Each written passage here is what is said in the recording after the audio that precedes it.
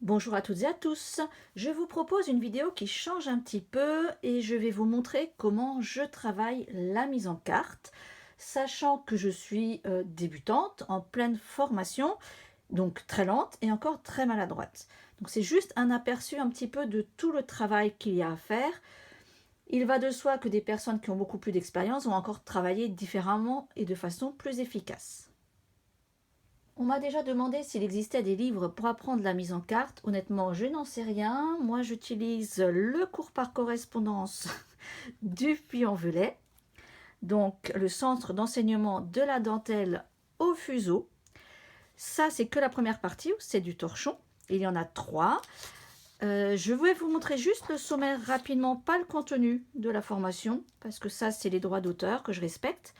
Mais juste pour vous dire qu'on démarre vraiment par les bases et qu'ensuite on augmente les difficultés, on apprend à faire pas mal de fonds et on arrive à la fin de ce premier module à faire donc les carrés, les petits napperons. Moi je vous ai proposé le modèle Charivari qui est en fait dérivé des exercices que j'ai appris à faire dans ce module là. Bientôt je vais démarrer le deuxième module où je vais commencer à voir le Cluny. Le but de cette vidéo n'est pas de vous apprendre à faire de la mise en carte, j'en serais incapable. C'est juste un témoignage pour vous montrer le temps de travail, les étapes que ça prend.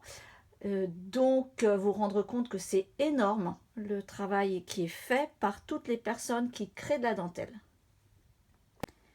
Le travail du jour dans cette vidéo, ça va être de repartir de cet exercice qui était la mise en application de la coquille en formant un coin et je vais devoir transformer ce petit bout d'exercice en napperon carré. Donc là pour l'instant moi je me suis refait une photocopie qui va me servir de brouillon. Je vais redessiner en fait un bout ici sur le calque pour pouvoir simplement le reproduire 4 fois pour donner le napperon.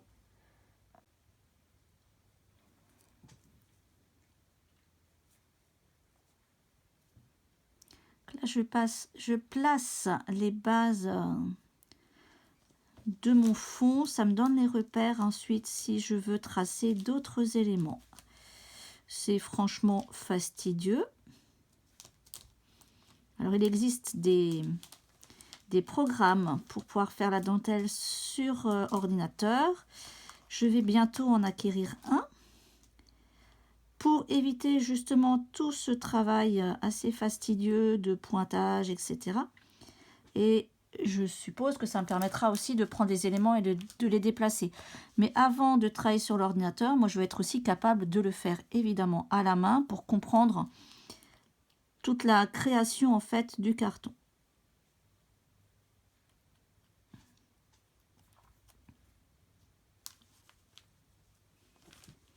Et ce qui me pose souvent le plus de problèmes, c'est d'avoir justement ces petits points qui restent bien alignés. D'ailleurs, ça se voit sur les cartons que je propose. Parfois, les points finissent par ne plus être alignés parce qu'une fois que c'est fait au crayon, il faudra repasser évidemment à l'encre de Chine, donc au feutre par-dessus pour que ce soit propre. Je trace déjà mes coquilles au propre, tout simplement parce que ce sont des éléments qui ne vont pas bouger, qui vont vraiment rester à leur place, je ne vais pas les transformer. Alors le plus difficile, c'est évidemment de faire tous ces tracés à la main de façon la plus régulière possible. C'est comme tout, ça vient avec l'entraînement. Moi, c'est encore très imparfait. C'est pas régulier, mais bon, je désespère pas. Je sais qu'à force d'en faire, ça ira mieux. Sur mon calque, j'ai replacé aussi les éléments que je voudrais garder, mat, gris. J'ai simplement placé les points pour les fonds et je vais maintenant, sur une photocopie, pouvoir faire mon brouillon. C'est-à-dire essayer, recommencer, barrer, refaire une photocopie jusqu'à ce que je trouve les éléments qui me plaisent. Dans ce modèle, j'aimerais réussir à introduire un fond mariage. Alors, j'ai un petit peu de mal, je sais bien le dessiner, c'est pas un souci. La base, quand vous faites juste un exercice, c'est pas un problème. Le problème, c'est de pouvoir l'intégrer dans un modèle, être sûr que les paires rentrent et les paires sortent comme il faut. Pour ça, je me suis fait une base de données d'ouvrages que j'ai trouvé dans les livres que j'ai à la maison. Je fais des photocopies et ça me permet d'étudier un petit peu comment c'est fait sur des ouvrages qui ont été vérifiés. Et c'est là que je prends le temps justement de regarder qui sort, qui rentre, etc. pour être sûr que mes perles ne vont pas se rentrer dans un endroit où il ne faut pas. Parce qu'honnêtement, faire tout ce travail pour se rendre compte à la fin que ça ne marche pas, comment dire, c'est un petit peu, oui, du temps perdu. Donc je prends ce temps-là à étudier les cartons qui ont été faits par des personnes confirmées pour comprendre le fonctionnement. Après plusieurs essais infructueux pour placer le fond mariage comme je le souhaiterais, je suis partie sur quelque chose du coup de plus simple. J'ai fini mon premier brouillon. Donc vous voyez, je n'ai pas rempli toutes les parties. J'ai ici mis des points d'esprit carrés que je vais remettre aussi ici. Donc je n'ai pas besoin de les dessiner tout de suite. Je vais le faire directement sur mon calque. Là, je vais prévoir la place pour des grains d'orge un petit peu plus spéciaux, puisque j'ai beaucoup d'entrées, donc je vais essayer de proposer un grain d'orge inhabituel. Donc je le redessinerai, pareil, directement après sur mon calque. Là, c'était vraiment pour chercher les idées. Ce qui va être encore difficile, c'est comme on aura le démarrage ici et que ça va tourner comme c'est un carré, il faudra bien que je définisse le sens d'arrivée des paires, puisqu'ici j'aimerais faire du fond épingle close du volet. Et donc les paires arrivent dans un sens, repartent dans l'autre. Et comme ça va tourner, j'espère que je ne me tromperai pas.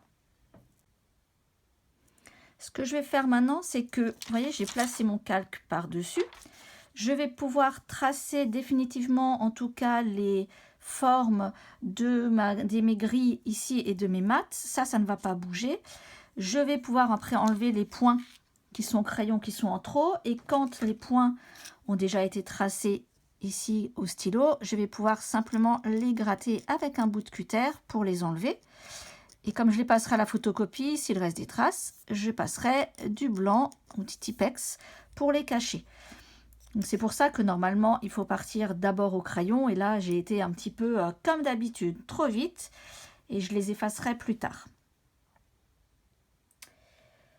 J'ai fini pour l'instant le quart de mon carton.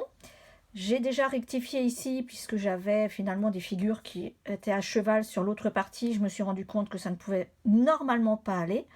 Je vais maintenant photocopier ce morceau-là et faire un échantillonnage, c'est-à-dire que je vais réaliser la dentelle très rapidement avec des chutes de fil pour voir si ce que j'ai imaginé peut marcher avant de faire le carré en entier.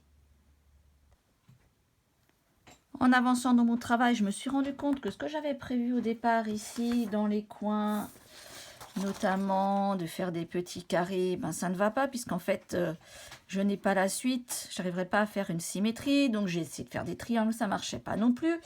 Je suis partie sur une idée, une nouvelle idée, mais comme je n'ai que les moitiés, je n'étais pas sûre du résultat. Donc, j'ai fait un petit échantillon pour ici réaller voir si tout allait bien, les paires rentraient et sortaient comme je le voulais. Donc vous voyez toutes ces étapes qui sont nécessaires pour moi parce que je débute dans la mise en carte, je n'ai pas assez de recul, ça prend pas mal de temps.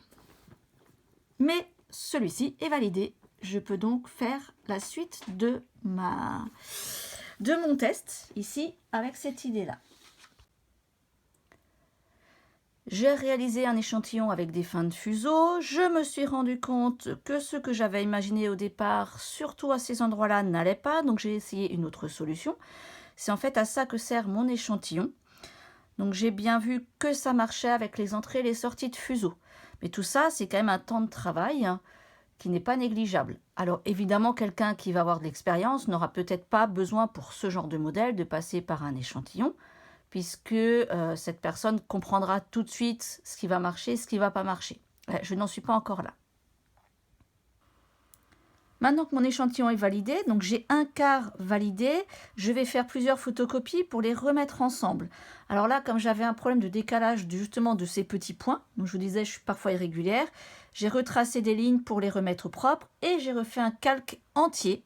D'habitude, je n'ai pas besoin, mais cette fois-ci, ici, pour avoir quelque chose de propre à présenter.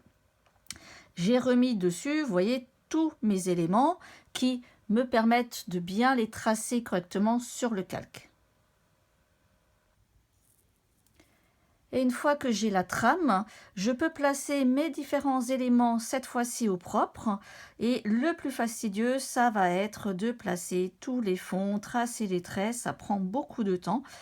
Je laisse certains éléments encore au crayon le temps de réaliser la dentelle, ce qui me permettra de gommer éventuellement et de rectifier pour pouvoir proposer après un carton corrigé, propre et définitif à vous proposer justement à vous en ligne. J'espère qu'avec cette petite vidéo, vous aurez un peu compris le processus de mise en carte et surtout le temps de travail que cela représente. Toutes les créatrices et créateurs de cartons de dentelle y passent un temps fou. Donc c'est aussi pour ça que parfois ça râle sur les réseaux sociaux quand les modèles sont pris gratuitement sur Pinterest et compagnie. Donc c'est aussi pour ça que moi, pour l'instant, mes cartons sont gratuits parce que je suis en phase d'apprentissage et d'exercice. Mais il arrivera aussi un jour où mes cartons ne seront plus en libre accès parce que ça demandera 20, 30, 40, 50 heures de travail. Donc je vous laisse et je vous dis à très vite, d'ailleurs, pour la réalisation de ce modèle.